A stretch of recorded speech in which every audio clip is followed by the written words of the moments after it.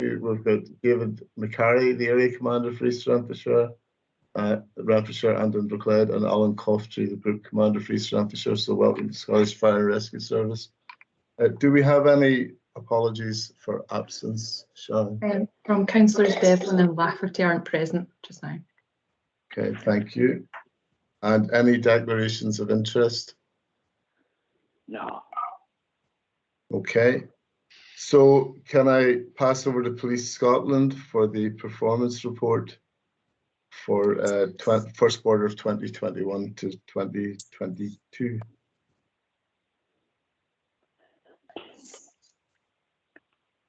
Thank you, Chair. Alan Gray here. I think Mr. Sullivan might be having problems dialing in. Normally he provides an introduction, but if not, I'm happy to go with the report, sir, and he can join in and probably give the Cabinet an overview. Thanks, Al. I've just noticed that the Chief Superintendent hasn't moved since we started the meeting, so thanks for clarifying that. So thank you, Chair, for the introduction, for the opportunity to present this policing plan update for Q1, the first quarter of financial year 2021-2022. This update directly relates to our East Renfrewshire policing plan for 2020-2023 and highlights those areas of most concern in our communities. It emphasises our ongoing commitment to address those concerns and to actively engage with partners to do so through new and established forums within East Renfrewshire across all sectors as we collectively continue to deliver key services. Chair, I'm happy to pause there if you wish the Commander to take over. Yeah, welcome, Mark. If you want to carry on, Alan was just started kicking off there in your absence, but now that you've come in by telephone, if you wish to take over, that's fine. Thanks, Chair. Just confirm that you can hear me okay. I'm trying to get in via Teams and try and multitask. Good morning to you. Good morning to everybody. Not a good day to have Teams issues, so my apologies for that. And I'll continue on the phone while I try and come in via Teams.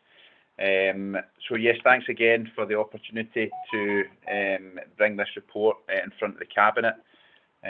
Hopefully one day we might get back in person, but certainly doesn't look like any time soon. But in the meantime, the officers in East Renfrewshire, under Alan's daily command and under my command from a Greater Glasgow perspective, continue, in my view, to do a very good job for the communities of East Renfrewshire, very much partnership focused and very much vulnerability focused. As we saw yesterday, actually, through the recovery of a 91-year-old who had gone missing with dementia, who was recovered within Glasgow city centre within a 2-hour period. So lots of good work that continue. The report obviously covers Q1 of 21 and 22, and I suppose the first thing is that, from the Cabinet over the last year, I've always been talking about how difficult it is to actually interpret statistics at the moment, given the unusual landscape that we're in with regards to COVID. We're always continually looking at where we are now compared to where we were last year in terms of lockdown, but there's so much out there that's influencing the statistics that are presented to you, and that's why it's very important that we wrap as much context round about these statistics as we can. And sometimes that's very hard to do. It's very hard for us as police commanders sometimes actually to interpret some of the statistics at the moment, and hard for the Cabinet actually to consider, what do they actually mean. But hopefully the report has gone some way to doing that for the members, and Alan will come on to that in more detail in his report. I think from a Greater Glasgow perspective, there's just a couple of things that I would like to update the Cabinet on. Clearly next month, next month at the end of October and into November, we will have the COP26 climate conference, which will be obviously in Glasgow. local authority, but will have a significant impact on East Renfrewshire, both in terms of, I would think, the interest of the residents in the communities, those who will want to visit the Green Zone and see all that's going on in Glasgow city centre, and those who will want to provide their support to groups who may be campaigning for change to be effective from COP26. And clearly there will be an impact on policing as well.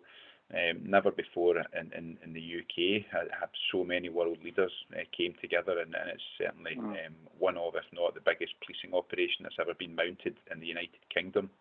And that will have an impact on policing. I won't try and deny that. We are going to lose resources from day-to-day policing to police the conference. But what I will reassure Cabinet is that if members of the public require policing services during that period, then policing services will be available. And right now we're working very hard to make sure that there is a suitable and sustainable policing model that will serve East Renfrewshire during that period when we have a number of officers seconded to support the conference. So there will be some things that we won't be doing so much of, and what we will be doing is turning the levers off on some of our lower risk activities, things like citation delivery and some other lower level inquiries will be paused, and we will be focusing our available resources that are left into our response and community policing services, which will be provided over that 2 or 3 week period.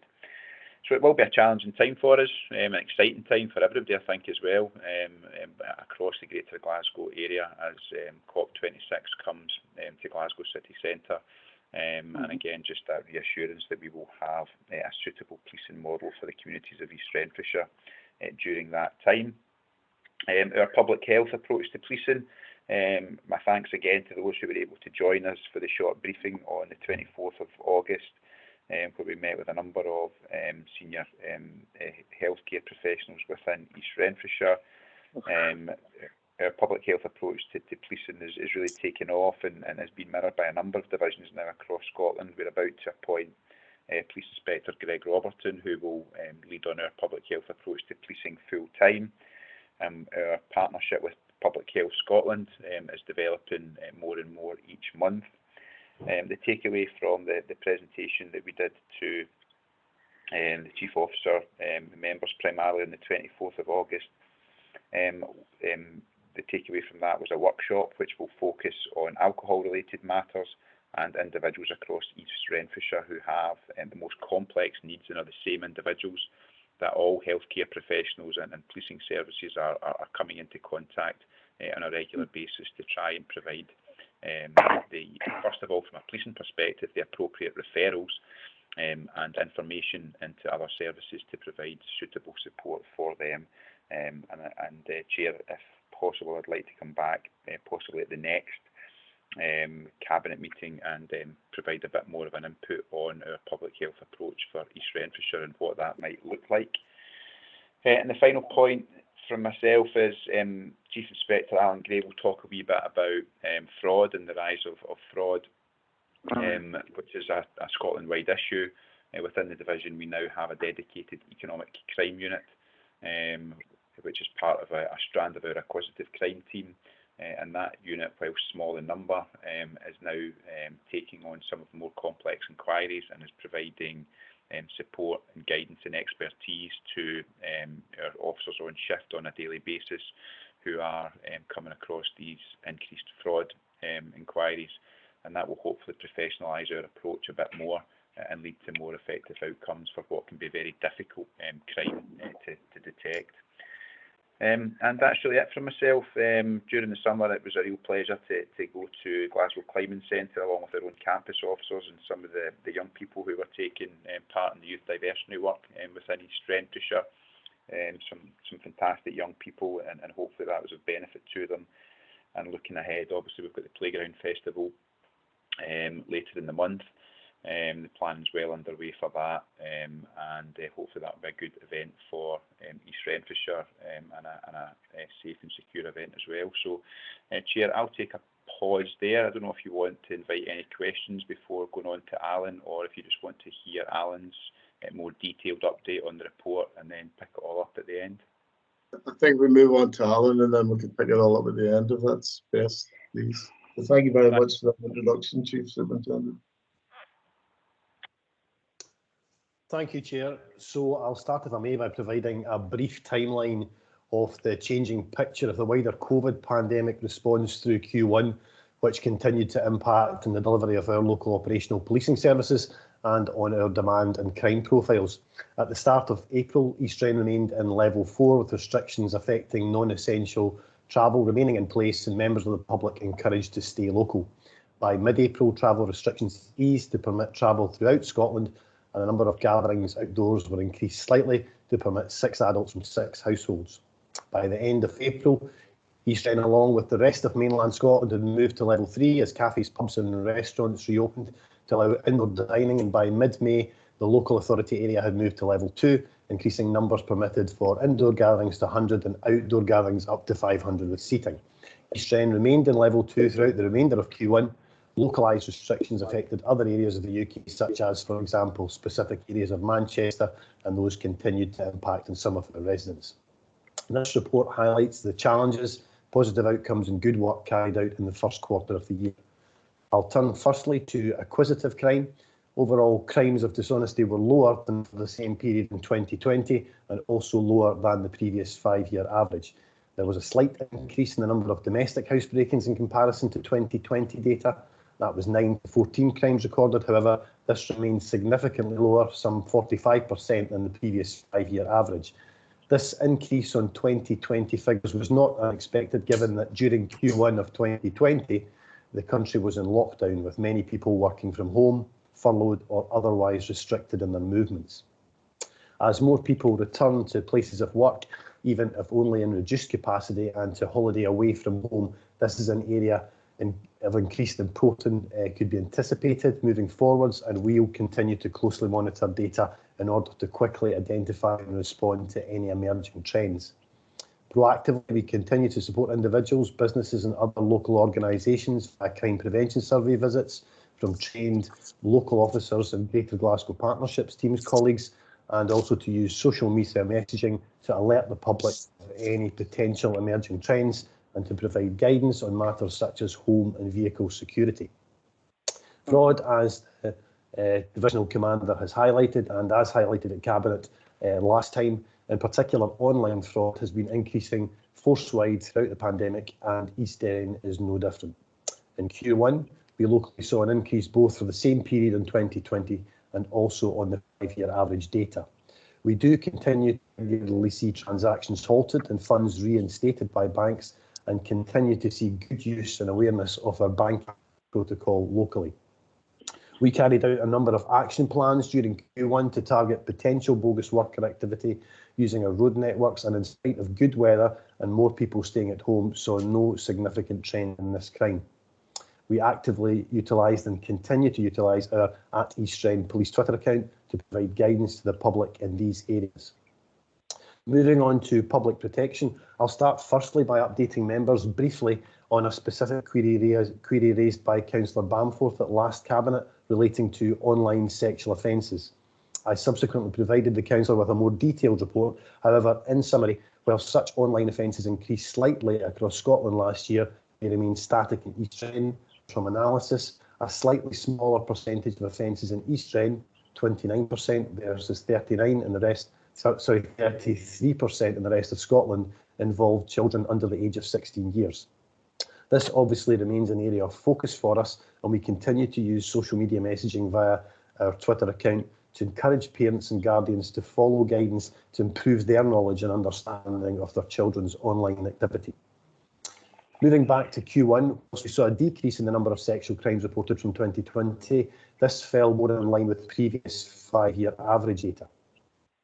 While such a reduction in crimes is welcome, we continue to work with partner agencies to provide support to victims so they have the confidence to come forward and report ongoing and historical incidents. In addition to 4 separate and unrelated incidents during Q1, sheriff's warrants were executed by our officers in relation to possession of indecent images of children, 4 males aged between 17 to 15 to 56 years have been reported to the Procurator Fiscal in relation to those alleged offences, and we continue to work closely with our local and national Child Abuse Investigation Unit colleagues to support such investigations. In relation to domestic abuse, whilst we attended slightly fewer domestic incidents compared to the same period in 2020, this was slightly more than the previous 5-year average. Year-to-date domestic abuse incidents where associated crimes have been recorded reduced by over a third in comparison to 2020 data. Whilst this may indicate a welcome willingness of victims to report concerns relating to domestic abuse at an early stage, prior to escalation to criminal conduct, we continue to work with partners locally within the Violence Against Women group to ensure our accessibility for victims who can report such incidents in person, online or via third party. During the quarter, we trained additional local officers to become domestic abuse champions, and these officers are operationally tasked to deliver outcomes where applications have been successful under the Disclosure Scheme for Domestic Abuse Scotland.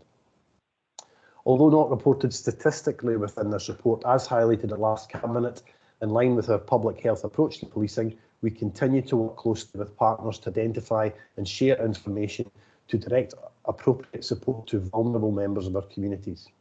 We commenced work in this quarter with colleagues in our Contact Command and Control Division to identify repeat callers to Police Scotland who are resident within East Wren and who may be suffering from conditions such as mental health issues or conditions such as dementia, and for whom a police response may not always be appropriate. We are working to link with Health and Social Care and Greater Glasgow Police Division colleagues on a case-by-case basis to see how we can best manage this demand moving forwards to most effectively and quickly direct individuals to the most appropriate support to meet their needs.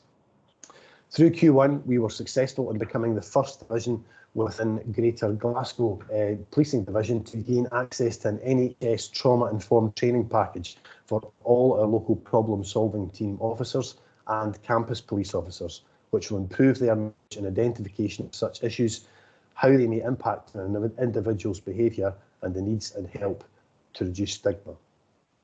Moving on to drug dealing and misuse. In Q1, we recorded 12 crimes relating to the supply of controlled drugs in East Renfrewshire, which was an increase in 2020 data and also in the 5-year average figure of 9.8 crimes recorded in Q1. This demonstrates our continued commitment to impact on the damaging effects which the supply of illegal substances have in our communities. Through our public health approach in this area, we have also been working closely with our East Wren Alcohol and Drugs Partnership colleagues to see how our officers can best support their plans to improve the response to instances of non-fatal overdose within East Renfrewshire. This is ongoing work which also links into joint information sharing and the work of the peer mentors who work in custody suites throughout Greater Glasgow Police Division, who seek to engage with and signpost individuals to appropriate support within their local areas. Through improved information sharing, we hope to more effectively direct individuals towards the health and social care assistance they need. In terms of violent crime, we are committed to reducing and preventing violent crime, and I'm pleased to report that during Q1 there was an overall reduction in assaults compared to last year. Both serious and common assaults decreased on 2020 by 33% and 20% respectively, and figures remain well below the 5-year average statistics. Whilst reductions in both crimes are welcomed, there may be a wide range of factors at play here, and the continuing relaxation of restrictions and social mobility may have an impact in this area moving forward. During Q1, it should be noted that in response to publicity around the murder of Savara Everard in London and rising youth disorder and antisocial behaviour experienced in Q4 2020-21 locally, we maximised our patrols of parks and open spaces and ran a campaign of safety messaging on social media, which I will discuss later in relation to antisocial behaviour, and this may also have had positive effect in this area. We have, however, seen a slight increase in assaults on emergency workers, and whilst not a statistic normally covered in this report, this is an area we are monitoring, and members may have specifically seen reports through national media specifically relating to increasing assaults on police officers.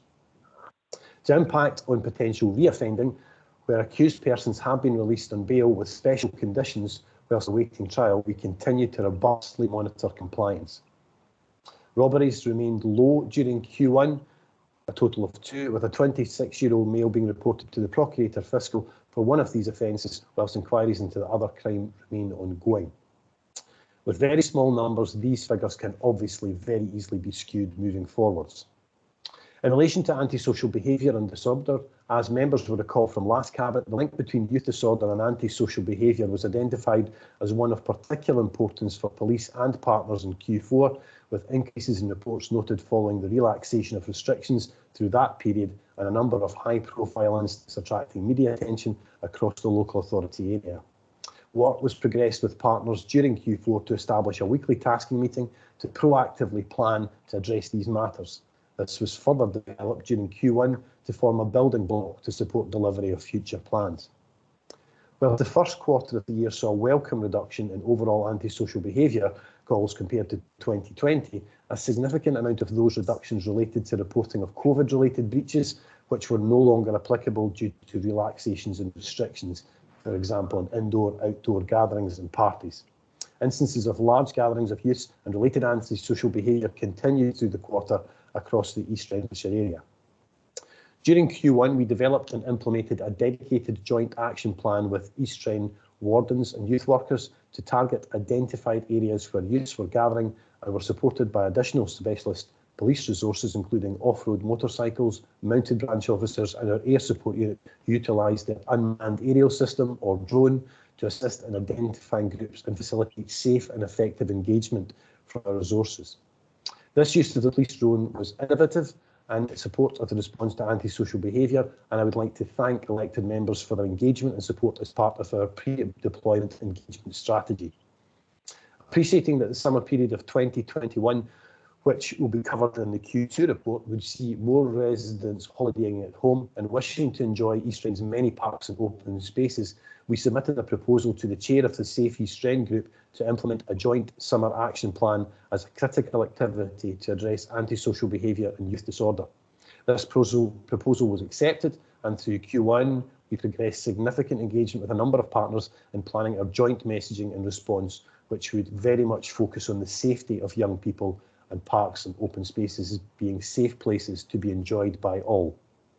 Key partners included Police Scotland, East Ren Community Safety, including wardens and youth workers, East Ren Education, Scottish Fire Rescue, and particular thanks to my colleague Group Commander Alan Cuftree online today, British Transport Police, Scottish Water.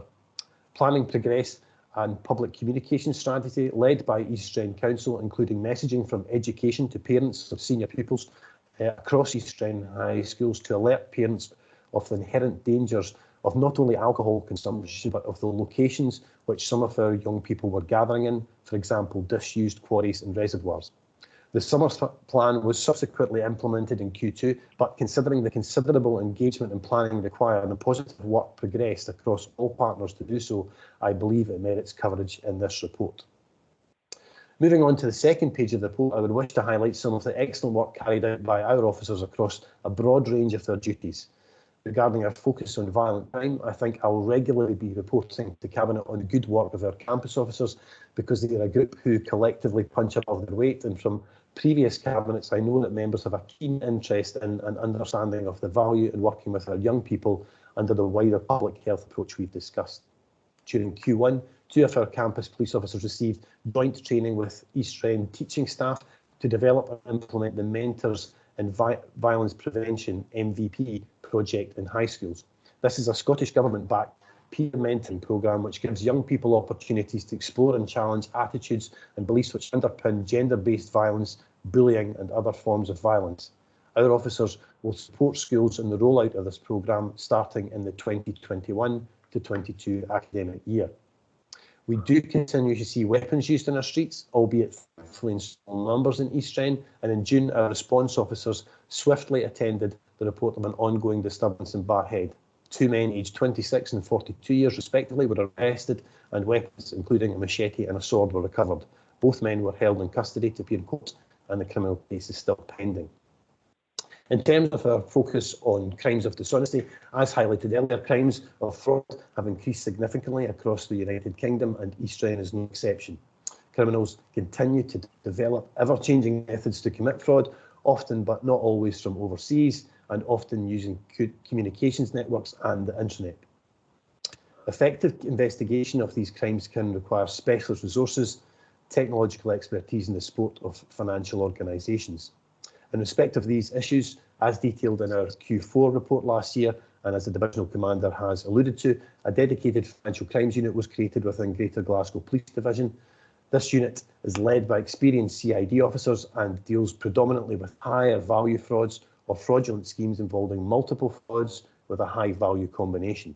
Some of these investigations relate to crimes committed in East Renfrewshire, and these officers are able to assist all officers investigating fraud, ensuring that we maximise all opportunities to detect crimes and minimise the risk of future crimes. We are seeking opportunities to second our response officers to this unit in Q3, Q4 of this year to gain and thereafter cascade valuable experience locally to support our performance in this area. Our focus on vulnerable road users. Road safety remains a high priority for residents in East Renfrewshire, as councillors will be aware, and our management support team regularly liaises with East Ren Roads and Transportation Department to identify locations of concerns and address these through enforcement and improvement of infrastructure. During Q1, our local problem-solving team officers carried out regular roadside speed checks and a number of preventative action plans with support from road policing colleagues. In the space of one particular week in May, officers charged 13 drivers with road traffic offences, including 4 individuals driving without a proper licence, 3 driving without insurance, and 3 drink or drug drivers under the influence. We will continue to focus on these issues. Regarding our focus on domestic abuse, adult protection and child protection, I'm very conscious in my role of the considerable specialist assistance we can tap into in Greater Glasgow Police Division, which benefits our officers and the community within East Ren. In May this year, an 80-year-old man already serving a prison sentence for sexual offences committed in East Ren in the 1970s and 1980s was sentenced to a further 20 months in prison following continued investigation by our Child Abuse Investigation Unit colleagues. We remain committed to identifying offenders and putting them before the courts, irrespective of the time which may have passed. Whilst doing so, our approach is always victim-centred, ensuring appropriate support and care is made available to all victims. In terms of our focus on young people, although I do not routinely report to Cabinet on hate crime, in East Ren and in Q1, it locally remains thankfully relatively low, only slightly increasing on 2020 data. It has been increasing steadily in other areas of our division and across the country. In Q1, political tensions in the Middle East resulted in a notable rise in anti-Semitic hate crimes across the UK. With nervousness rising amongst the Jewish community in East Ren, the largest such community in Scotland, we work proactively with local community leaders and with the charity, the Community Security Trust, to increase targeted programs to provide assurance. In pro-Palestinian, anti-Israeli and anti-Semitic graffiti, albeit in small numbers, appeared in one high school, we worked very closely and swiftly with our partners at East Ren Education Department and the Jewish community leaders to provide support and reassurance to that school's community, ensured a joined-up approach was provided. Moving forwards, our campus officers will continue to support and deliver hate crime prevention inputs at school and across East Ren, very much in line with the ethos of those schools, to highlight the damage that all forms of hate crime can cause in our society and empowering young people to challenge inappropriate and unlawful behaviour. Chair, thank you for the opportunity to present this report. This concludes my review, and I'm happy to take any questions you or other members may have. Chief Inspector, thank you very much for that report. It was very broad and very detailed and a lot of good points in there. I do have a couple of questions, but I'll leave them to the end. I'll open it up for general scrutiny, if that's okay first. But I just wanted to mention a wee bit about the Keep Safe East Ren idea again, that theme of partnership running all the way through, and that's really where we get multiplicity of effort. You know, I think you're on mute at the minute, Chief Inspector. Yes, I was just doing that to take questions, Chair. Yeah. Okay. So, if anybody has any questions, please make yourself known. Councillor Grant. I've just something that I'm concerned. Obviously, the business that we're going to be involved in Glasgow with all these people coming. is a big help for you guys. I know all that. What worries me is that it gives people with a lot of daft ideas an excuse to be even dafter than they usually are. And that puts pressure onto what you have to do.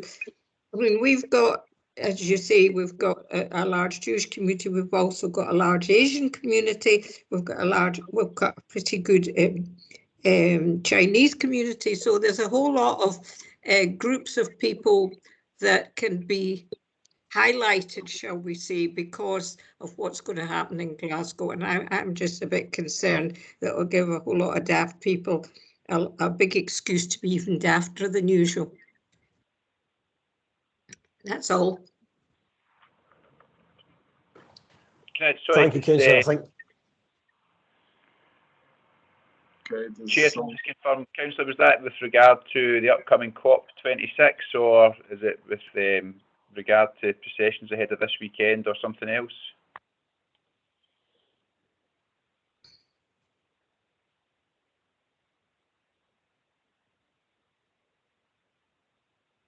Councillor Grant? Sorry? It was the Chief Superintendent was asking what specifically, was it in regards to COP26 or processions this coming weekend? Or well, I haven't got anything specific. It's just that I know that some people are just looking for an excuse to do things that they shouldn't be doing. And that, I know it puts a lot of extra pressure on what you've got to do anyway. So I just wonder if the communities that we've got in East Renfrewshire are aware of being more careful, more vigilant in their own areas because of what might happen in the future in a few weeks' time. That's Okay, all. thanks.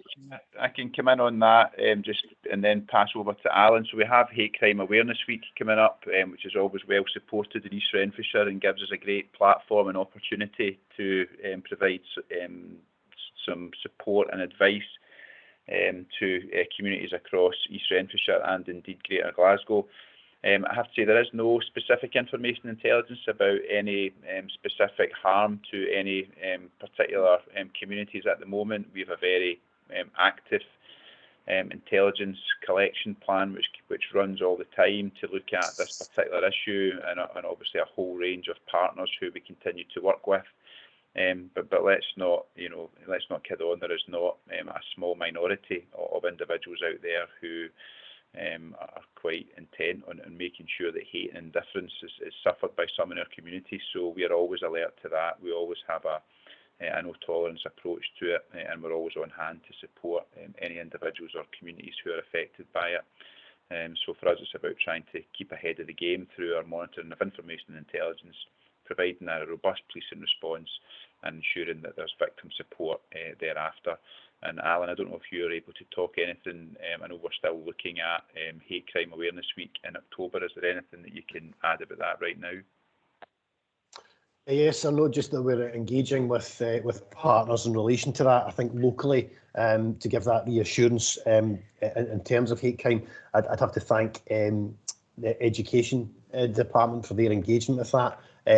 Practically as well, we also have really good engagement with CCTV in East Ren, and that was very important during those heightened tensions when there were pro-Palestinian demonstrations or flags flown from vehicles locally. We have third-party hate crime reporting centres with East Ren Disability Action, also with the Jewish Representative Council, and we are actively progressing plans for a similar third-party reporting centre with the Muslim community within East Ren. Obviously, that has to be very much with the support of those communities, but that's something we would like to progress. So, yes, I'm satisfied that we have a lot of good contact locally, and I think that engagement with young people as well, looking at that wider aspect of all forms of hate crime. I mentioned some there, obviously, in relation to faith, but all forms of hate crime are abhorrent, and I say very much in line with the ethos of those schools. So we have a lot of support from the schools and our campus officers in starting that early messaging. Thank you for that. Thank you. Yes, thank you very much. That was very informative. Councillor Bamforth. Thank you, Chair. I've got a couple of questions. The first question is COP26. Is the UK government going to refund Police Scotland for the extra costs of policing? Because I understand all leave will be cancelled and there will be overtime, etc. And I understand Police Scotland, like local authorities throughout the UK, will have had substantial funding cuts over the last year or two. So, you know, I just want to ensure that you're going to be adequately recompensed so that you can spend money on your other policing priorities. And that's my first question. My second question is around the antisocial behaviour. I understand most of the things you mention in your report, the interventions you already use. So is the differential this year being the drones? And also possibly because of lockdown, and if you think it's the drones, will you be continuing to use them as a tool to preempt large gatherings that are not all large gatherings, because some large gatherings are allowed and in fact encouraged, but for some things, you know, perhaps you want to be alert to. My third question is around and thank you, Commander, for the information you sent me about the sexual crimes. I'm still a bit confused though between when you mention in your report about the 18 victims compared to 27 next year, and then you go on to mention the 4 people that have been served warrants. Now, are those separate? Because in terms of the first lot of victims, it seems to come under the Abusive Behaviour and Sexual Harm Scotland Act, whereas the second one, I'm assuming a lot of those victims didn't come forward. It's because of the police intelligence around tracing of IT and IP addresses and all the technicalities that go around that. I'm pleased it's 4 too many, but I'm pleased the numbers in East Renfrewshire for that quarter were only 4, because it's something, and I think I mentioned at the last Police and Fire Cabinet, it's something that's in the media quite a lot, that during lockdown there has been an exponential increase in folk downloading child abuse images and accessing child abuse images and making them. So I'm just, can you clarify the differential in those 2 paragraphs? Because I'm not sure if they are relating to the same thing. When you're talking about the 18 victims, does that include the victims of the 4 people that have been served warrants, or is that a separate issue? Well, not separate issue, but you know what I mean, is that a separate crime? Chair, if I could just come in first and then I'll pass over to Alan. That's ideal, thank you. Okay, thank you. Thanks, Councillor. In relation to COP26, yes, there is a funding and reimbursement package which has been agreed through the UK government, which will allow a lot of the costs to be returned back to Police Scotland. So that's positive. And from an antisocial behaviour perspective and the other stuff, I'll pass over to your local area commander, Alan. The only thing I would say is that a lot of the antisocial behaviour reductions that we're seeing, whilst I'm hopeful and positive that there's a policing element in that, a lot of that is down to a reduction in the number of calls round about the pandemic and the restrictions and that were brought into legislation. A lot of them were recorded under our antisocial behaviour codes, and we're not seeing so many of them. So that is one contributing factor. But I'd like to think that some of the partnership working, some of the police proactivity, and indeed some other some of the specialist equipment that we have, such as the drones, the use of the mounted officers, and some of the other national assets that we've put into East Renfrewshire over the summer, have definitely played their part also. So, Alan. Thank you, sir. Thank you, Chair. Yes, Councillor. First of all, in relation to anti-social behaviour, yes, obviously we're looking at Q1 data here, and Q1 was the first time that we had used the drone in East Renfrewshire, and we had that engagement with the community and also with councillors in advance, because it was a kind of innovative approach to that. In terms of the planning that was done in Q1, that was obviously for implementation of the summer plan of Q2.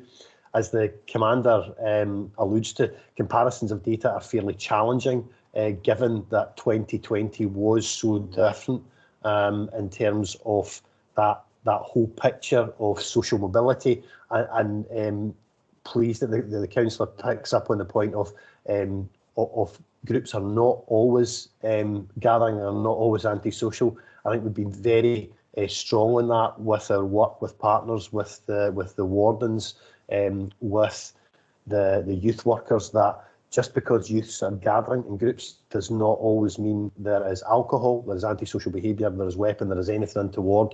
So we've been very clear, also using our campus officers through the summer as well to engage with those young people, and that was very important.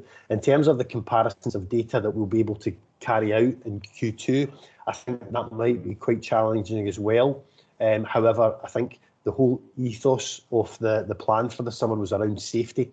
And that was where I think we all converged in terms of all the partners, and I've no doubt Group Commander Alan Cuftree will talk about that both at this meeting and moving forward around water safety, which was a key concern for us around some of the locations, and unfortunately, as things pan out in some other parts of the country throughout the summer, there were some tragic events elsewhere in the country. So yes, comparisons of data are challenging, but very much about that partnership approach. We did see that Q4 rise of antisocial behaviour, and there was a real element to that, given those high-profile incidents, which was not COVID-related. So yes, impacts of COVID there, but we are looking at that whole safety piece for all partners, and obviously that affected British Transport Police as well in terms of safety across the road network. So the use of the drone, absolutely something we will continue to use where appropriate. The conditions need to be right for that. We will engage with councillors and the public prior to the use of that, but I think a whole range of factors in there, and I think very much as the Chair has picked up on, other councillors have very much a partnership approach. So certainly, you know, successes would not solely be attributable to police action, very much a partnership approach that across a range of factors. In relation to the issues of online sexual offences, yes, apologies, apologies I've not made that clear. Separate issues there. The warrants that were affected were in Q1. That previous data that we shared with comparison with you, Councillor Bamforth, was around comparisons of the previous year's data. So yes, and those investigations very much in line with our, very much supporting our both national and local child abuse investigation units. They can be instigated from a host of sources, whether that be intelligence or victims reporting, or victims investigations leading on to other victims when we seize technology for interrogation. So a whole host of reasons, but I just wanted to highlight that to show that that is ongoing work that we do. So hopefully that clarifies that point, those points for you, Councillor Bamforth. Yes, thank you. I'm interested though in the words that were used around the COP26, not yourself and the Commander. Well, it was mentioned about most of the funds being refunded by the UK government. Does that mean that there may still be a shortfall that Police Scotland have to? I understand you're not the whole of Police Scotland, but does that mean that you may still have a shortfall locally that you will have to look at policing next year? Or was it just a term he used as a catch-all term when he said most of the funds? But thank you for the information around the sexual crimes and antisocial behaviour. That clarifies both of those. Thank you. Okay, thanks, Chair. So I suppose the first thing is some of you, or you will all have received an invitation to a councillor briefing session in October, and at which I have invited one of the commanders who's dedicated to the COP26 delivery to come along and speak and give us a bit more information, and Superintendent John McBride will do that and has more information to hand on this than I have. I will clarify, but my understanding is that all the costs which are directly attributable to the COP26 climate will be recovered. I suppose that my language was perhaps clumsy, was more in that it's not always a black and white in terms of exactly, you can't put a definite line down, that's absolutely COP26 and that's not, and of course there will be some elements where there's maybe a direct or non-direct policing element to COP26, but every cost which is directly attributable to COP26 it will be recovered, and Superintendent John McBride will be on that briefing next month and will be able to give a lot more detail in that regard. Thank you. Excuse me, Chairman, is that briefing going to be somewhere where we're actually going to be in a room together, or is it going to be on the blooming video thing again? It would be nice to actually be in a room with everybody. I suspect it's going to be the rooms we're currently in. However, I think it's scheduled to be on Microsoft Teams, Chair, but if you would like to move it to an in-person briefing, I'd be more than happy to accommodate that. That would be very good, very good. Sorry, I should know this, but I know it's coming up. But is it across local authorities, or is it just for East Renfrewshire, this briefing? It's just for East Renfrewshire, Chair. I'm doing it. We're doing a number of different ones across Glasgow City, putting together their multi-member wards into kind of 3 or 4 separate briefings, one for East Renfrewshire and one for Eastern Bartonshire, so covering the whole Greater Glasgow area, but it will be a bespoke East Renfrewshire briefing. So if there's a allocation, if you want to actually got a date for that. We've got a date for that, Commander. Yeah, we do. I don't have it off the top of my head, but invites should be with all you guys by now. I'll have a wee look in my diary whilst we're continuing through the cabinet and see if I can find it. Okay. Okay, so I'll carry on, just make a couple of comments about the report and ask some questions if that's okay. So again, I said the theme of partnership runs through the reports all the time, and we see the results of that, particularly with the CF East Wren, where Scottish Water and Scottish Fire and Rescue Service, education, always young people's services were all involved, and others. See, you never actually see the tragedy that you avoid, but of course, the summer that we had, we saw tragedy, the length and breadth of the entire UK that was unfolding every day. So well done on that. The other theme I think that comes across is preventative action as well. We see that with the MVR training, Mentors in Violence Prevention, and also with the hate crime prevention as well. A lot of this is about educating and nipping these in the bud before they get a hold, yeah. And I know that the COP26 is going to be a massive task with the eyes of the world. So I've heard other people say that this is exactly a testament to democracy, but for you guys it means policing the protests, but that is the noise of democracy anyway. So yeah, with everybody with the eyes of the world on them, we would expect to their opinions in a peaceful, calm way, obviously. But my specific questions were about violent crime. So great that the serious assaults and the minor assaults are down. But you said, and again, this comes under the prevention idea, to mitigate against reoffending, we're going to robustly monitor compliance of accused persons on bail awaiting trial. So how actually do you do that? And my other question, which we might leave till the next cabinet because it's about the public health approach, and I know that the chief superintendent said he was going to touch on that at another meeting. But in response to non-fatal overdoses, we have a public health approach. I was just to find out a little bit more about that, but if that's more appropriate to wait until the next cabinet meeting, that's fine. Okay, thank you. Chair, I can update you briefly on both of those issues. In terms of those people who have committed violent crimes, we will regularly ask the Procurator Fiscal for bail conditions in relation to that individual and to curfews. that will limit their freedoms between, generally speaking, around 1900 hours at night until 700 hours in mornings. So when those conditions are granted by the courts, then we will carry out daily checks of that individual to make sure that they are complying with the conditions of the bail. If they breach that bail, they will then be arrested and put before the court the following day. That can be for a host of offences. It could be for domestic abuse, other forms of serious assault, violence.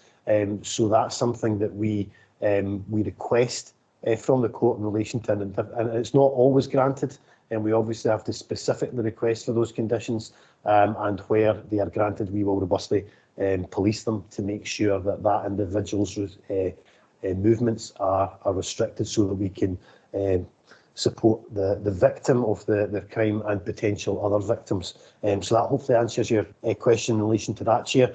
In relation to the non-fatal, near-fatal overdoses, there is in Glasgow a process where for residents there who suffer near-fatal overdoses, the data shows that the likelihood of that individual then suffering a fatal overdose increases dramatically. So it's important to get the support of that individual from health and social care and other partners as quickly as possible to deal with that issue.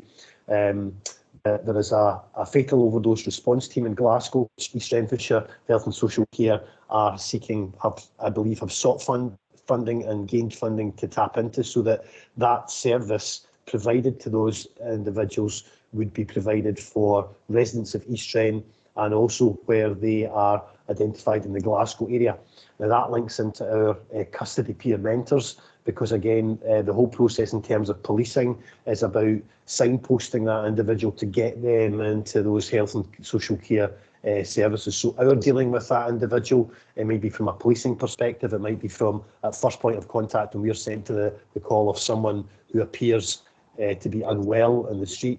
We arrive there with ambulance, but we're aware of that. We can submit entries to our vulnerable persons database, which then are shared with health and social care partnerships. So we're looking at slackening the information sharing protocols so that as quickly as possible we can signpost that individual to health and social care support within East Ren. So very much the partnership working you've talked about already, Chair, and we've seen through this meeting, but a real practical application of that support to support those vulnerable individuals. Excellent, thank you. And finally, just my last question was about the domestic abuse and how the incidents may be before they cross over into criminal activity, because victims are more willing to come forward earlier before things escalate to the point of criminality. So do we know that for a fact, or are we just monitoring that to see if that... It seems natural that is what would happen, that if people, again, it's this preventative thing, getting it early, stop it getting worse or stop it altogether if possible. But are we just going to keep monitoring that? And hopefully the idea then is to tell the public, always report every incident anyway, as has been our advice. So what we have is every domestic abuse incident is reviewed both by ourselves in terms of the management team within East Renfrewshire Policing, but also divisionally within our domestic abuse investigation unit. So what we see probably a lot, and again it probably mirrors that low level of serious violence in East Ren. We don't tend to see a lot of violent domestic crime within East Ren. We see more low level, but I think probably to provide that reassurance, in terms of whether it's coercive conduct, whether it be disputes in relation to children and access to children, there's arguments, those are all recorded as domestic incidents. So they have that rigour in that review, because we are conscious that there is that potential for escalation in those relationships, that what starts off as a low level form of an argument, if you like, can escalate into domestic abuse, or can be an indicator of something more serious going on in that relationship. And obviously with our children as well, that there will be implications for those. So yeah, what we tend to see in East End is that non-violent, but it's just probably to provide that reassurance that we do monitor that, we do review that, we give the same rigour to those instances, and that the key thing is obviously for the victim to have the confidence to report that matter to police. And I see I've highlighted some of those other channels that can be used now, which we promote. But yes, we don't see that same level of violence, but we are not discounting those low levels, and not certainly we're not providing a different form of review of those. There's that same rigour, if that provides some reassurance to the chair. It does. Thank you very kindly for that. Anybody for any other questions? Okay, so just thank you very much for the report, and wish you all the best for COP26, and I'm sure it'll be successful. I was going to say good luck, but it'll be the good planning that'll help the most. So if we can move on to Scottish Fire and Rescue Service, are we going to hand over to David McCarry, the area commander, first of all, and then maybe Alan Coftree after that? Thanks, Chair. I'll not take too long and let Alan take you through the report, and then thank you very much to Cabinet for allowing me to bring forward the UFAS presentation at the conclusion of Alan's report. If Cabinet will indulge me for a second, as indicated to your Chief Executive, my mum gave 30 years service to Eastwood District Council and East Renfrewshire Council. It's where I've spent most of my adult life, so it's an area that's very close to my heart. But that's just a bit of background to me, so thanks for that indulgence. Just to mirror what our police colleagues have said about COP26, massive resource we've gone into that across the emergency services sector. Clearly it's a police-led operation. We have a dedicated resource. In fact, there's a session going on as we speak that popped up on my screen. The only thing I would say is that business as usual for us will not be affected. They have dedicated resources to that, and we will respond as normal. For our flexi officer cadre, so the officers, the station commanders and group commanders that you may meet, there may be an ask of them during COP26 to attend control centres, incident support rooms. So if there is apologies submitted for some meetings around that period of time, that will be the reason why. And I would appreciate everybody's patience with us during that time. Chair, without further ado, I'll hand over to Alan and let him go through the report. Thank you. Excellent, thank you. So good morning, everybody. Thank you, Chair, and thank you for the opportunity to present a performance report for Q1 and the period covering the 1st April to the 30th of June 2021. So the report measures our performance against our key priorities within our local plan for East Renfrewshire and the challenges that we encounter within our communities. It highlights our continued commitment to address these challenges and the positive work carried out by our service and partners to resolve them. As a service, we are continuing to adapt and flex to meet the ongoing challenge of COVID pandemic and keeping our property and fleet portfolio COVID secure. We have maintained maximum resilience through the pandemic so far and continue to adjust our infrastructure to meet with the needs of our communities. We're currently in the process of standing up, as we've discussed, in preparation for COP26, and this will involve a significant amount of time and commitment from SFRS between the end of October and the middle of November. And as you're aware, we're also in the process of a public consultation on how SFRS responds to unwanted fire alarm signals. And to support this, I was forwarded an invitation to all partners, including all Cabinet members that are here, and would welcome your participation and feedback. And as stated previously, Area Commander McCarry will provide a presentation on this once I've went through our report. So thank you very much for that, and I'll now move on to our report. So first I'll cover accidental dwelling fires. So I've seen a continued reduction in accidental dwelling fires with a reduction of 21%.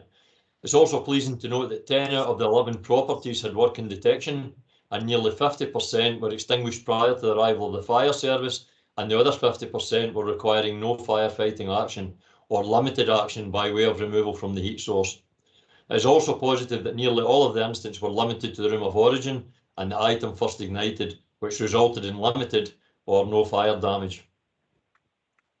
To support this continued reduction, our operational crews have continued to carry out targeted leaflet drops in all areas which had one or more accidental dwelling fires. This has been extremely effective in reducing demand within our localities, and it is encouraging that our current approach to targeted engagement is reflected within our low numbers across East Renfrewshire. Moving on to accidental dwelling fire casualties, I'm pleased to report we have had no fire casualties during this period, and a reduction of 100% from the same period last year, and a 40% reduction over the 3-year reporting period.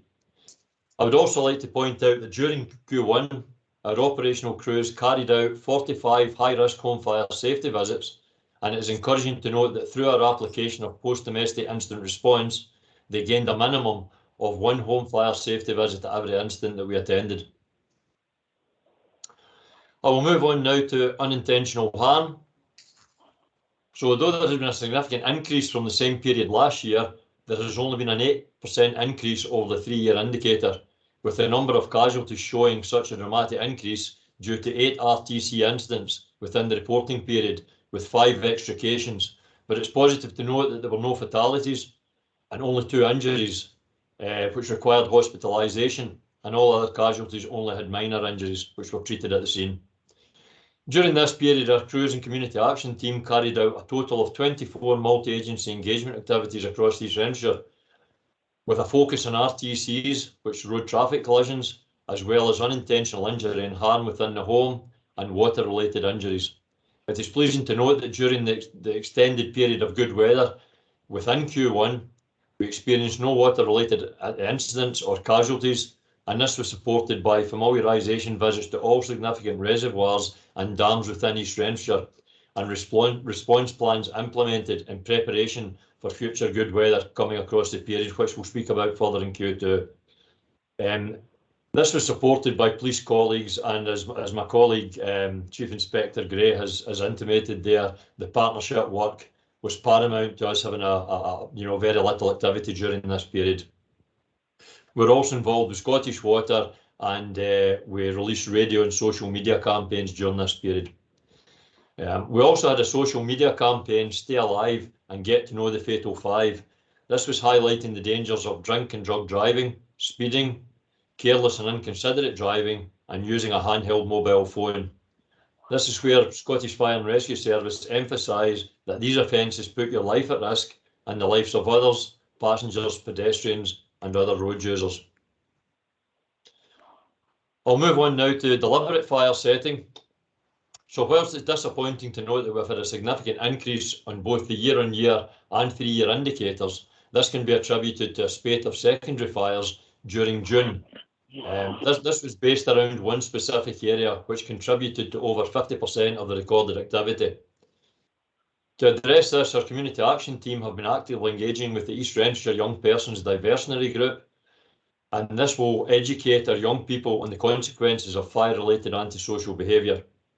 Also, our fire safety enforcement team are actively engaging with the duty holders within these areas to remind them of their responsibilities and to remove any potential sources of ignition within these areas of high activity.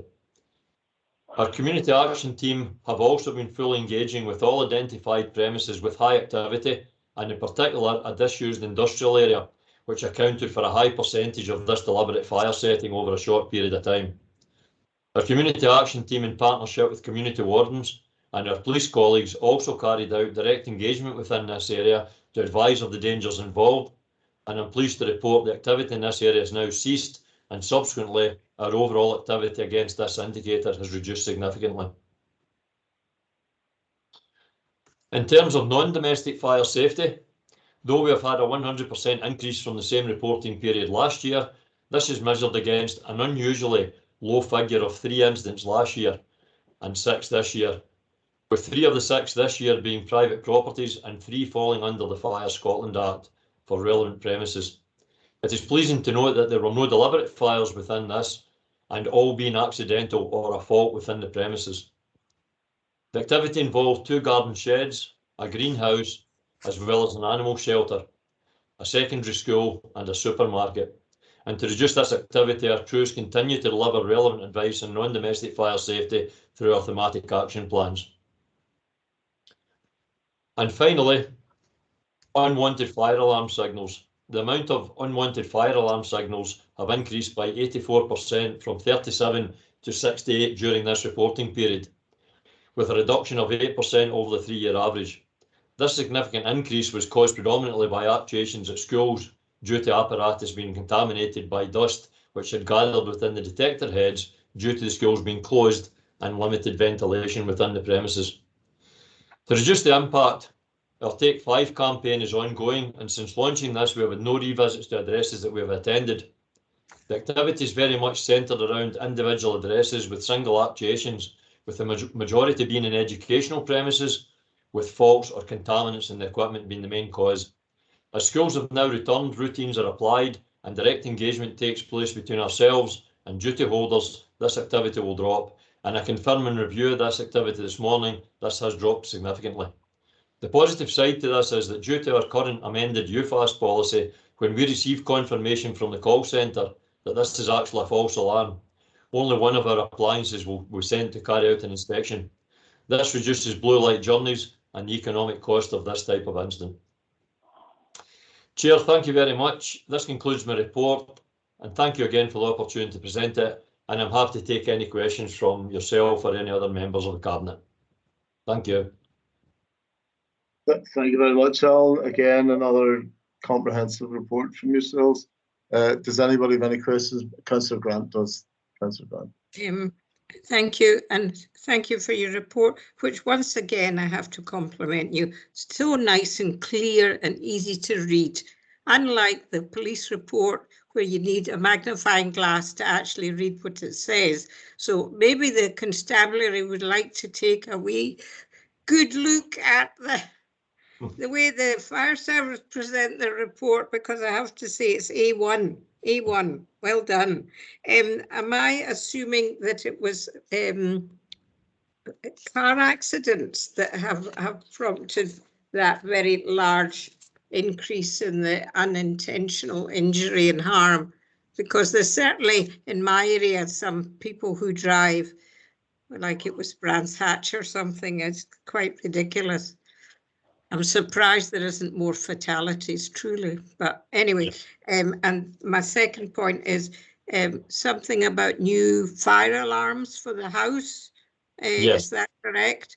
And yes. If we don't have those, we could be locked up. Is that the way it works?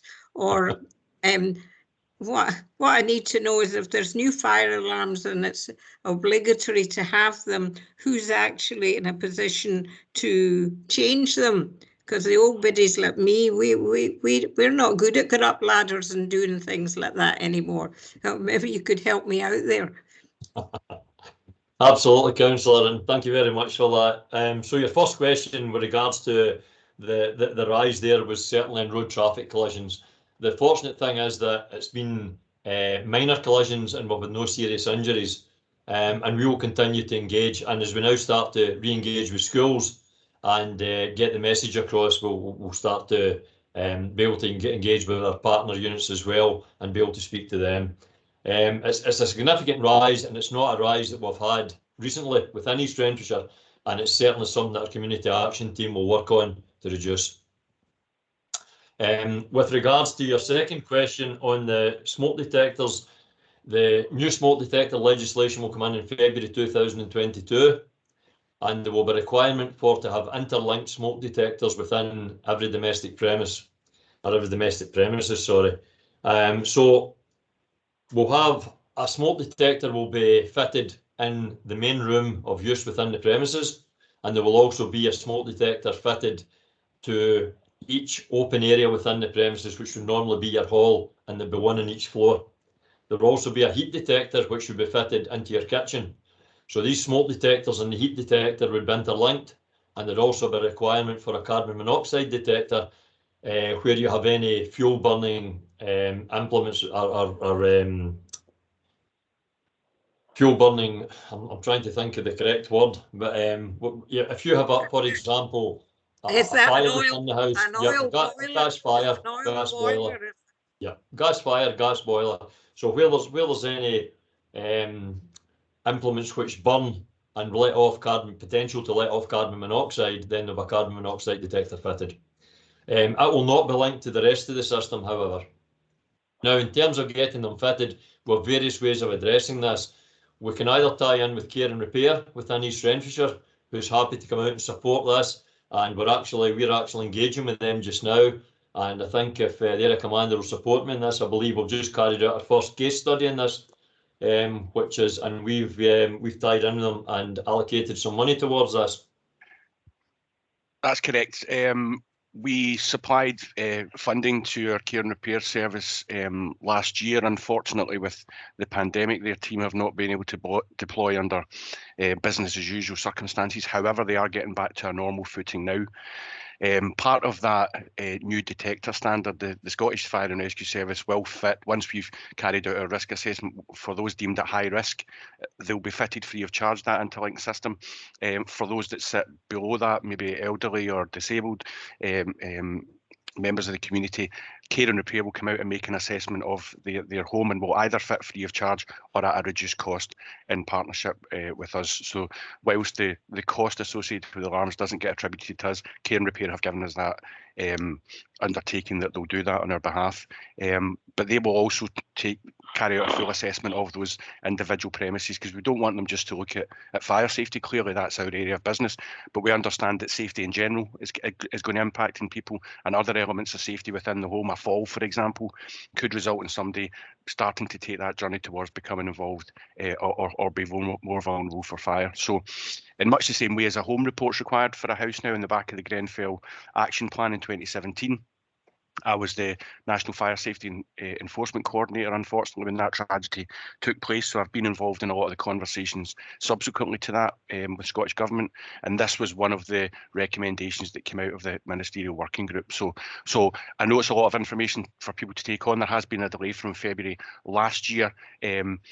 It's not enforced in the sense that it's a criminal offence, but if somebody was to sell their home, for example, as an owner-occupier, this would be a requirement for them to demonstrate that it was up to the tolerable standard, as it's called. And there's information on the Scottish Government's website around this, around funding, around fitting, and around the standards. But anyone that wants advice can pick up the phone to the local fire station, to the headquarters team, and we'll be happy to point them in the right direction. Well, I hope that information that you've just given me will be available to a lot of people, and it's not just going to be council houses or people who are renting somewhere where it's a complex. I mean, there's umpteen individual people like myself who are in a small house of our own, umpteen of them in my area. And this is going to pose a bit of a problem, because they want to be doing the right thing, but doing the right thing might seem like climbing a mountain for what you're talking about just now. So I really do hope that there's going to be a lot more help and information about it, particularly for older people living on their own. Thank you. Absolutely, Councillor. I agree, and I know I can hear the radio adverts throughout the day about the new detector standard. But yes, if we can make that information more simple, more accessible, then that's something that we will reflect back and make sure that people are informed about it. There is still a period of time for this to happen, and as I say, we have various ways of supporting people and bringing themselves up to this new standard. Thanks, Councillor. Okay, thank you. Anybody else got any questions? Okay, I just have a couple of points, stroke questions, if I may. I wanted to ask about the non-domestic fire incidents. Okay, so I know the small numbers, 100% increase, that's 3 more. So small numbers percentages aren't necessarily as relevant to measure as such, but I do note that none of them were deliberate and were down to being accidental or due to a fault within the premises. Now, well, these are non-domestic, they're not necessarily empty premises, but what kind of faults? Faults with the fire alarm system or faults out with that? No, Chair, if I could speak on this one. So normally these faults would be electrical faults within the premises, or a fault with equipment that was used within the premises. Right, okay, thank you for that. And the other bit I wanted to ask about was deliberate fire setting and the difference between primary fires and secondary fires. Okay, so you don't have a primary fire and then a secondary fire as part of that primary fire, but secondary fires, I mean, the vast majority of these must be deliberate in disused premises, in fields, in whatever. Am I right there that the vast majority of secondary fires are deliberate?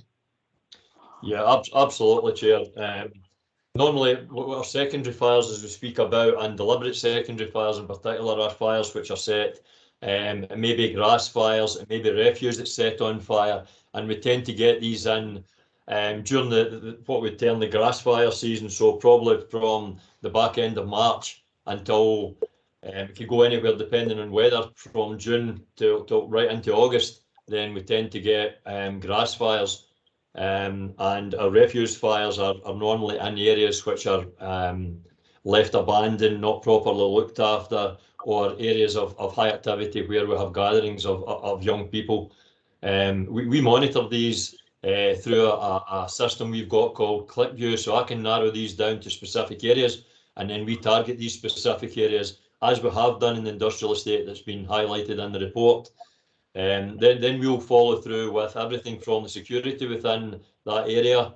We'll tie in with police colleagues, we'll tie in with the wardens, and in this case, we've actually also tied in with the duty holder within the premises to make sure that they're removing any items that they may be leaving lying around about the place. And we get a spike sometimes. This has happened during the school holidays, and we've identified the spike very quickly, and that's now ceased within that area. And we'll continue to monitor that. Chair, if I could just add to what Alan said there, if I may. We have a number of new members of staff starting. We secured some funding to bring some additional staff into our prevention and protection funding. What that will look like across our area is one new member of protection staff who were formerly called enforcement officers, and one member of our community action team. And I'm going to task them specifically to look at youth engagement. I think a lot of the time, and while some of the data and the evidence would suggest that it is attributed to large youth gatherings, I'm also conscious that a lot of the time I don't want to vilify them or demonise them, and I think it's important to try and make them champions of this and make sure that they're part of the solution. So I'll task somebody specifically about this. In fact, the last time we got somebody apprehended, not within East Renfrewshire, I have to say, in conjunction with our police colleagues, they were 40. You know, and whilst we all, I'm sure, felt young when we were 40, we're not the definition of a young person. So it's important that we work with youth across our young people across the schools and make sure that we're using them to be part of the solution rather than part of the problem. I don't want to constantly look at our young people, but that hopefully will bear some fruit, and we'll happily come back to Cabinet in the future and let you know some of the work that individual will be doing on your behalf. No, thanks for that. Again, that's preventative action and partnership working that is the theme. And the only way we can work going forward. Okay, thank you very much. If there's no other questions, thanks very much to Scottish Fire and Rescue Service. And I know we are now going to have the UFIS presentation, which is very comprehensive. We did have a glance through it, but thanks, Chair. Thank you. I will be as succinct as possible for Cabinet will allow me. If you just bring up the screen. Yeah, it's an important presentation, yeah. Actually. It's talking about carbon emissions and everything. Yeah.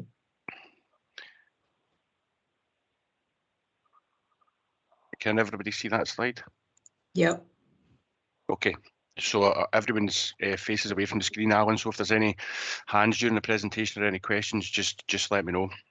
Okay. So, Cabinet, thanks for giving me the opportunity to raise awareness on our consultation for the proposals. We're doing this in partnership with staff, our own staff groups, key stakeholders, and it's important, and I'll stress this throughout the presentation, that we do not have a preferred option.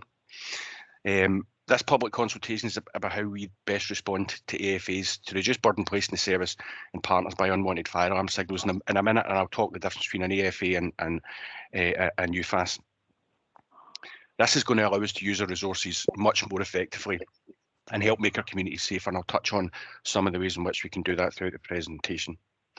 So we have a very compelling case for change, and this presentation aims to give you an understanding of the background to the consultation, why we need to change, the options that we're proposing, and how you can take part in the consultation. So, what is an automatic fire alarm versus UFAS? So, it's important to give you understanding of the difference between the term AFA and UFAS because it's going to be used during the rest of the presentation. So as we can see in this slide, it's important to differentiate between the two. So an automatic fire alarm, as it says on the left-hand side of your screen, is a system that warns people of the possible fire by automatic or manual means, which is very different to UFAS. So UFAS is an unwanted fire alarm signal, essentially a false alarm generated that we respond to that turns out not to be a confirmed fire. These two terms can be confused because I mentioned quite a lot together. So as you can see from this slide, we average around 28,500 UFAS every year, and that originates from a workplace AFA. So to put that into context, that's 57,000 unnecessary blue light journeys that we're undertaking every year. And that's based on the average of 2 fire appliances roughly going to every UFAS call out. It makes up almost a third, and that's reflected in the report that Cabinet would have received today. It reflects about a third of the service's operational demand and outstrips the number of fires and incidents that we attend. So you'll see from the chart on this slide, UFAS levels in Scotland have been increasing annually for the past few years. They're 11% higher last year than they were back in 2013, 2014. So this rise, we believe, is happening for a number of factors, such as the number of AFA systems actually in buildings, increasing in new builds, advances in technology, and the creation of the single service in 2013, which standardised our response to UFAS incidents across Scotland. So just to be clear, any change will not affect our response to AFAs that are confirmed fires and AFAs from private dwellings. That's an important distinction to make. It will not make any difference to our attendance. It's our response to workplace AFAs that will change under these proposed options. So, as we all know, AFA systems are installed in buildings to raise the alarm, give as much time as possible for people to evacuate from a building prior to the fire taking hold. So they are a key part of any fire strategy within the workplace, and we do not want to devalue the importance of these life systems in any way. However, the vast majority of calls we receive to alerts from a workplace AFA are not actually activated by fires, and Alan just touched on that a second ago. They are false alarms and generate a UFAS every time crews respond to them. So to put that into context, in that 28,500 UFAS instance, the 57,000 unnecessary blue light journeys, but it's thousands of hours lost because of these many UFAS causes, as illustrated on this slide. So as per the last bullet point, even the 2% of workplace AFAs that were activated because of an actual fire, almost 2/3 of these required no action by us when we arrived. So understandably, we can no longer justify the responding to this level of avoidable demand in our proposals to address this problem. So it's important to clarify whose responsibility for responding to alerts from AFAs, and therefore addressing the misconception about this, and confusion that arises sometimes about the responsibilities. Fire Scotland Act details our duties as a fire and rescue service, and there is no legal requirement for SFR to respond to calls originating from an AFA system to confirm if it is a fire. This requirement rests with the duty holder of the premises, and I'll just clarify what duty holder means. Duty holder under section 78 of the Act is the person who has responsibility for fire. You know, so either the employer or anyone who has any responsibility in those premises in relation to fire. So that's what that term duty holder means. If it was south of the border, that would be responsible person. So that includes procedures for safe evacuation, investigating the reason for the AFA, activating, then notifying us if they discover an actual fire. For automatic fire alarms, most other UK fire and rescue services now operate on the basis of requiring notification of a confirmed fire before they send fire appliances. So here we can see some of the impacts in the service and the communities, and further details can be found within the presentation and a consultation document that I can provide as well. So the figures speak for themselves. We said about the 57,000 unnecessary blue light journeys, over 64,000 productive hours lost to UFAS every year that we could use to focus on training, prevention activities, the youth engagement we talked about, and safe and well. And this is a very conservative estimate. It doesn't include factors such as travel time back to the station and associated administration. You could quite comfortably double that figure actually. On communities, more importantly, equally, that lost productivity applies to businesses, to schools, to partners, having to be outside a building where we respond and confirm that it's a false alarm. That impacts on business productivity, customs, interrupts critical services, particularly at a time we're encouraging businesses, schools and others to get back to some sort of normality. We also know that this avoidable demand has a significant impact on the environment. We estimate the annual impact of responding to UFAS equates to 575 tonnes of avoidable carbon emissions every year. That's a carbon equivalent of heating 230 homes. So the Scottish Government asked us to reduce UFAS. We set a target reduction of 5% year on year, so 15% between 2017 and 2020. We were unable to meet this target under our current response model. In fact, from April 2017 to March 2020, UFAS increased by 3% across Scotland. This was despite the efforts of the service and the partners to reduce them. And there is a lot of good work going on across the country. Alan talked about Take 5. So we have pockets of good practice across the country. We've set ourselves challenging targets to support the Scottish Government's ambition of achieving net zero carbon emissions by 2045. Reducing the number of UFAS and unnecessary blue light journeys will support Scottish Government's ambition and help us become a more environmentally sustainable organisation. Like all organisations, the COVID-19 pandemic meant we had to change our practices to ensure we maintained our core services, protected that frontline response, to keep our staff and our community safe, as well as protecting the NHS.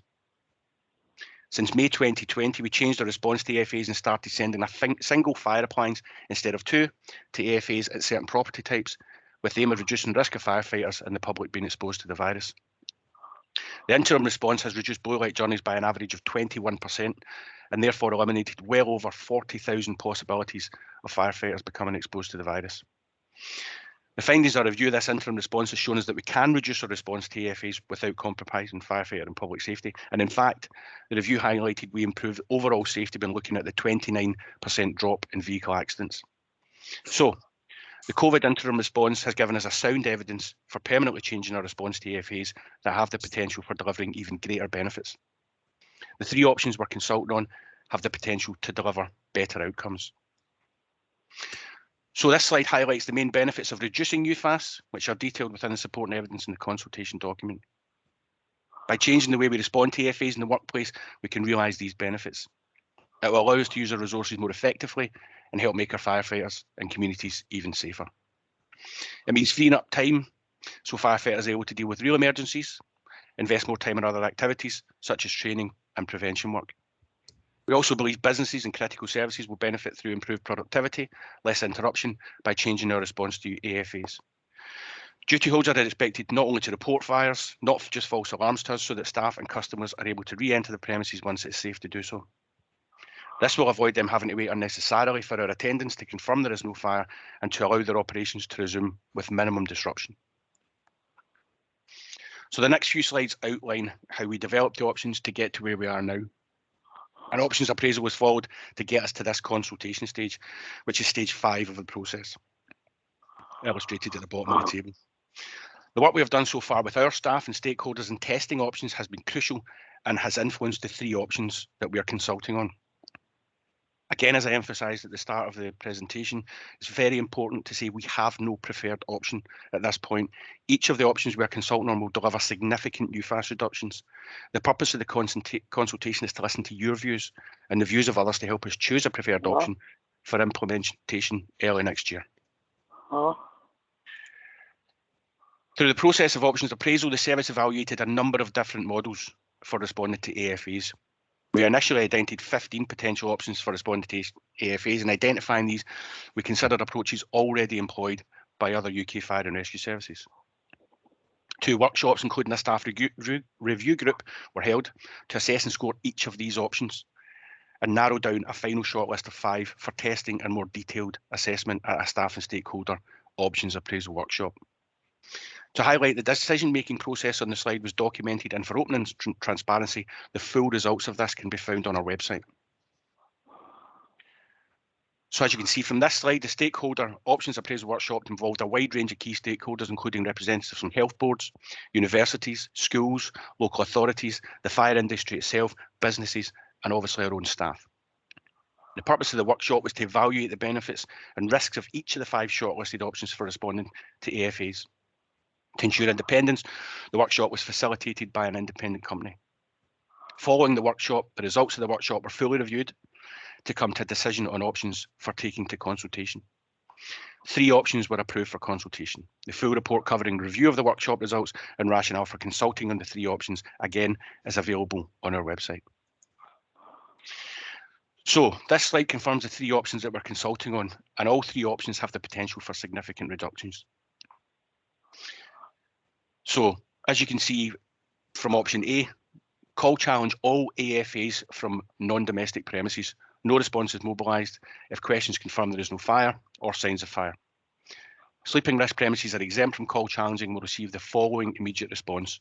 Residential care, 2 fire appliances regardless of the time of day. All other sleeping risks receive 1 fire appliance between 07 and 1800 hours and 2 fire appliances out with these hours. Option B is a call challenge of all AFAs from non-domestic premises. No response is mobilised if question confirmed there is no fire or signs of fire, and no exemptions to call challenge will apply. For example, an AFA call receives a call challenged regardless of the premises type and caller. Non-attendance to all AFAs in option C for non-domestic premises unless a backup 999 call confirming fire or sign of fire is received. Sleeping premises are exempt from non-attendance and will receive the following response.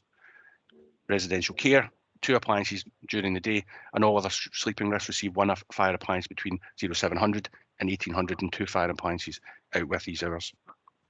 So again, for the sleeping risk exemptions, the weight of response is risk-based, allowing for a more proportionate response based on the time of day and the type of sleeping risk.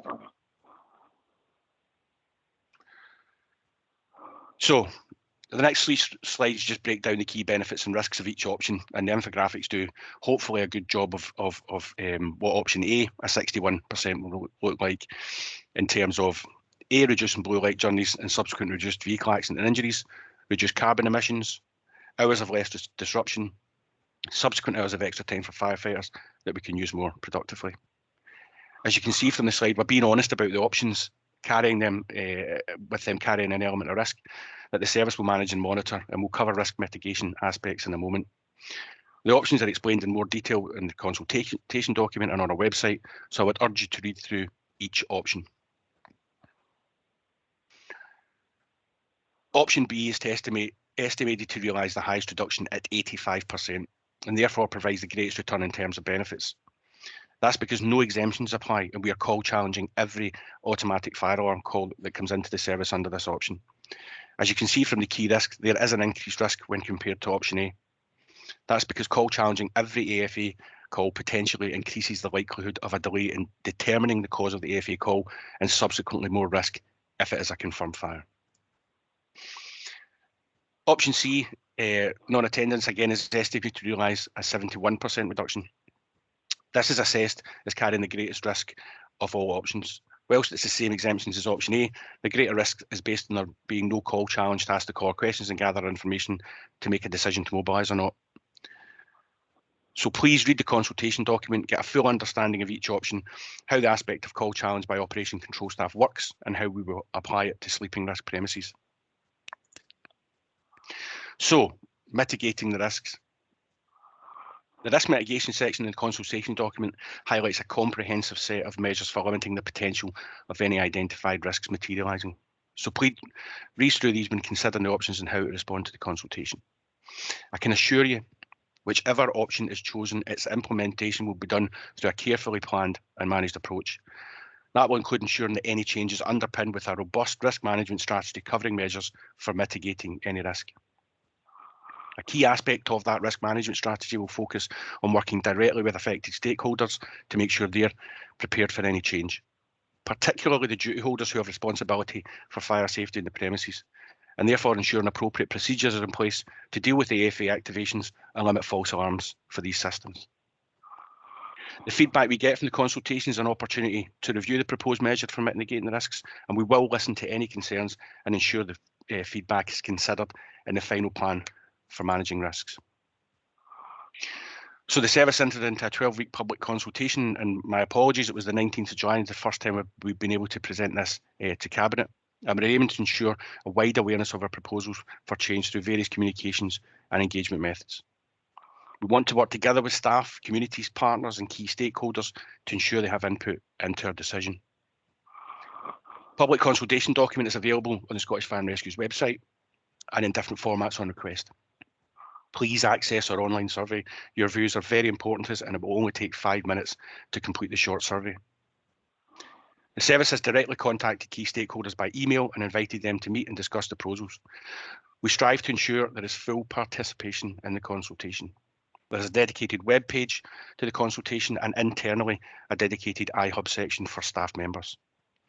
Please visit these resources as they give access to frequently asked questions, videos, and documents detailing the processes services followed to get to this stage. The dedicated email on this slide here has been created for you to get in touch. The services consultation team will monitor the email box daily and coordinate any requests to meet and discuss the proposals. Following the consultation ending on the 11th of October, the service will collate and analyse the responses that have been received. A full report will be prepared and form any part of submissions to the Scottish Fire and Rescue Services Board in December, so a final decision on a preferred option can be made. We will then look to start implementing any changes in early 2022. To re-emphasise, this will be done through a carefully planned and managed approach, which will include working with our stakeholders and directly affected any changes that we implement. Chair, thank you for your time and I'm happy to take any questions at this stage. I'll stop sharing my screen. Thank you very much for that presentation, David, and it was very informative. Seems that we have to balance between the reduction in UFAS and the amount of risk, almost, you know. Although it's not necessarily true that as the risk goes higher, the percentage of UFAS reduction is less. I noticed because the risk is less in option B, but it has a higher rate of reduction. Anyway, it is something that people should go through very carefully and decide and try to comment on as well. So I'll open it up to questions for Councillor Grant, first of all, and then Councillor Bamforth. Just a quick question. Who actually makes the final decision? Is it the fire board that actually will make the final decision on this once they've collated all the information that they got back? Are they the ones that, you know, the fire board will make? That's correct, Councillor. The chief will present the findings of not just the final consultation, but the entire project that's led us up to this point. UFAS has been a challenge not just for the Scottish service, but the legacy services and services are probably, you know, across the world. It's something that we've tried very hard to reduce. And as I said earlier on, I've previously led our enforcement activities across Scotland. I wrote one of the first UFAS options papers, so I'm aware of the importance of reducing the risk to our firefighters and freeing their time up. But I've got a really vested interest in making sure that businesses and schools and hospitals and care homes feel supported through anything. You know, that's all matters relating to fire safety and any subsequent change to a UFAS response. So I've got a vested interest on both sides for this to work for us, because I can see real benefits for us. But yes, ultimately, the chief will present to the board. Thank you. Councillor Bamforth.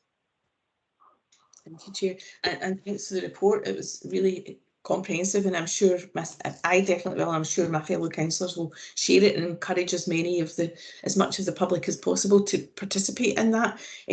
I was a insurance loss adjuster in a previous life. I have been to fires, both commercial and obviously not anywhere near like what you have done. So I've seen the devastating consequences of fires in commercial and domestic premises. I have two questions. One you've kind of answered.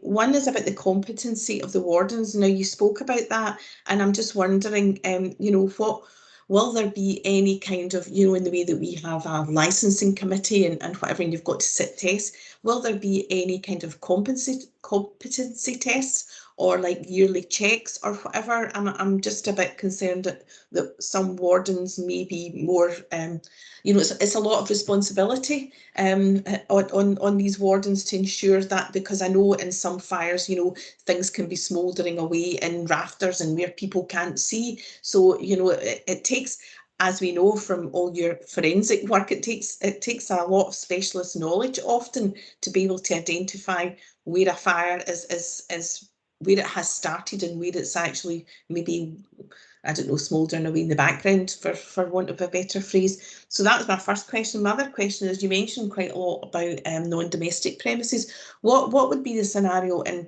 areas? Now, we don't have as many in East Wren as you would have in Glasgow city centre, for instance, but if you have shops, whether they be small shops or whether they be big stores with flats and above them, what would be the scenario there? Because that would be a mixture of non-domestic and commercial, wouldn't it? So I'm just wondering about that. Thank you.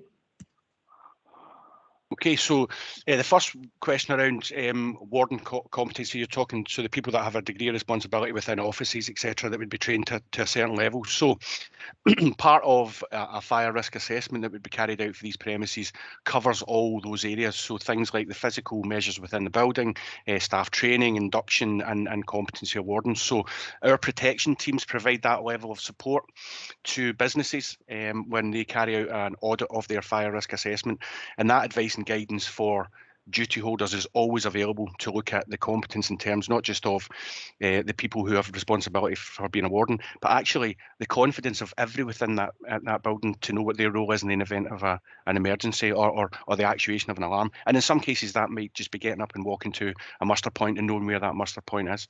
So that's the key role that our protection teams play to support businesses, for them to understand what the requirements of a fire risk assessment are, and actually just the practicalities of either evacuating a building or making sure that the building's as safe as possible so that a fire doesn't start in the first place. So that's why I said I've got a really vested interest with regards to the protection teams, because they play a vital role, not only to support businesses, schools, care homes, etc., for normal business and safe, but actually a key role for buildings to be safe and buildings to perform correctly should there be a fire, so that when our firefighters are entering the building when there is a fire, that building performs, and instant commander can make an assessment of how best to deal with that instance. So a rather long-winded way to answer your question, but the protection officers play a key role in that. So businesses at any point, even if they don't fall into what would be our normal annual framework for auditing premises, can pick the phone up to our protection teams at any time and ask all these questions, and I would encourage them to do that. So a lot of the larger premises, I hope, engage with us here and talk to us and give us their views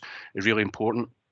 This doesn't affect domestic premises, so any call challenging doesn't affect domestic premises. If we are mobilised to any domestic accommodation, we will go as we always would do. And it's important to point out that the predetermined attendance, so the number of fire appliances that would be sent to a specific premises if there was a fire, is unchanged. That sits behind all of this and doesn't change. If there's a confirmed fire, or you mentioned about the wardens, if a fire had been, sort of burning away somewhere they couldn't see, if there is any doubt or there's a smell of smoke or anything, we will mobilise. This is really the occasions, the vast majority of occasions where what we do, and Alan will know this, having sat in front of a fire appliance, and in the vast majority of cases, our crews will turn up. The staff on site have already carried out that investigation. They know what's happened. We physically walk through the building with them to an alarm or a call point that's been broken maliciously, or dust that's been in a detector head. We confirm that is indeed what it is. We walk back through the premises and the duty holder resets the alarm. And they are the vast majority of the cases that we see. It exists in our DNA for people to be safe, and we're not proposing anything. We're not asking people to run into burning buildings, because if there's any doubt or a second detector actuates, for example, then that tells us that there's products of combustion, and at that stage we would mobilise. So yeah, it's cutting down that time and those questions that our control staff can have with duty holders. But really what's sitting behind this first and foremost is the safety of the people in our communities, the safety of our firefighters. But it's also about business continuity and business support. We don't want, young people standing in a playground for an hour. We don't want businesses standing outside when they know it's a false alarm, and just giving them that confidence to pick the phone up to us and say, do you know what, our fire alarm's activated, but it was somebody, making toast or somebody spraying aerosol. Those simple occasions, and it allows them with confidence to go back in, and actually stops us from attending. It stops those appliances travelling under blue lights, and that's really what's behind all of this. That's Valforth, it's another question. No, it was just to come back in that. I understand what you're saying about you'll always go to residential, but my question, maybe I didn't word it very well, was what if you have a shop premises, under premises, under houses, under flat, below flats. You know, would you deal with that as a, you know, you say you would always come out of it if it was a domestic possibility of a domestic fire, but you wouldn't automatically go out to that if it was the shop below, because the possible site wouldn't be a domestic premises. But would you give extra consideration or different consideration where it's a standalone commercial premises or where it's a commercial premises with households above it? Yes. Would those be treated differently?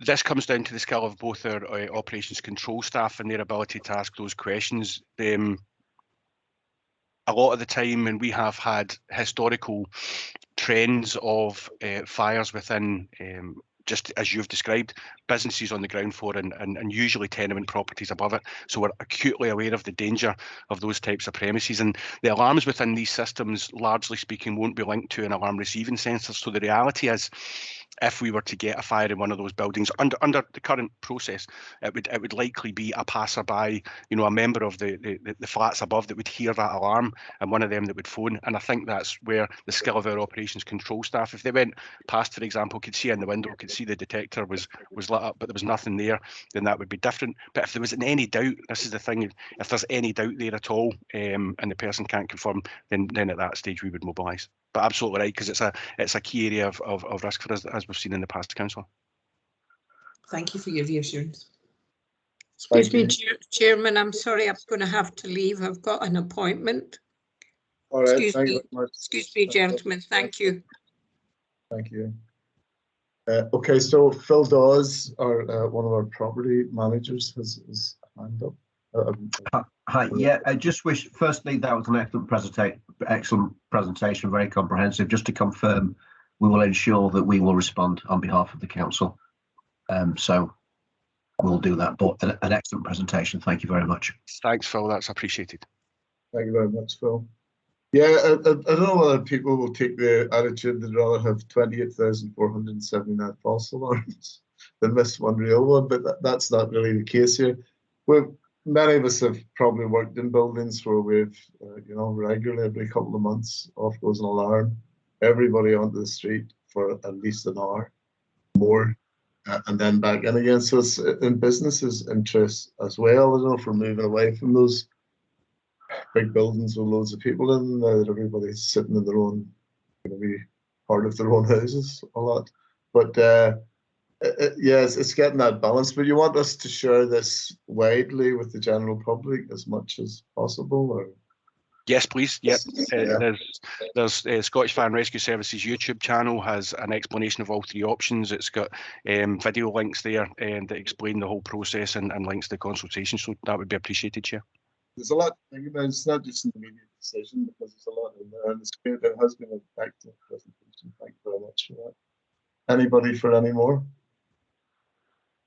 Okay, just we'll share this then. Thank you very much for your input today, for your report and for the presentation, and also good luck with your work with COP26, or good planning with it more, as I always say.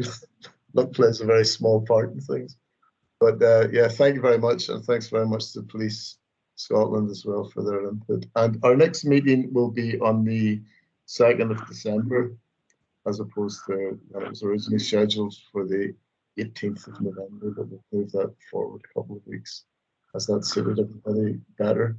And I think Alan Gray has his hand up at the minute. Yeah, just very briefly to thank you on behalf of the area commander for moving that date for us in relation to Upward commitments. It's genuinely much appreciated. And it's very important what you're doing in the meantime.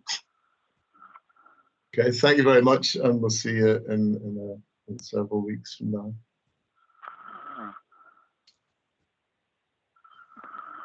Bye, everybody.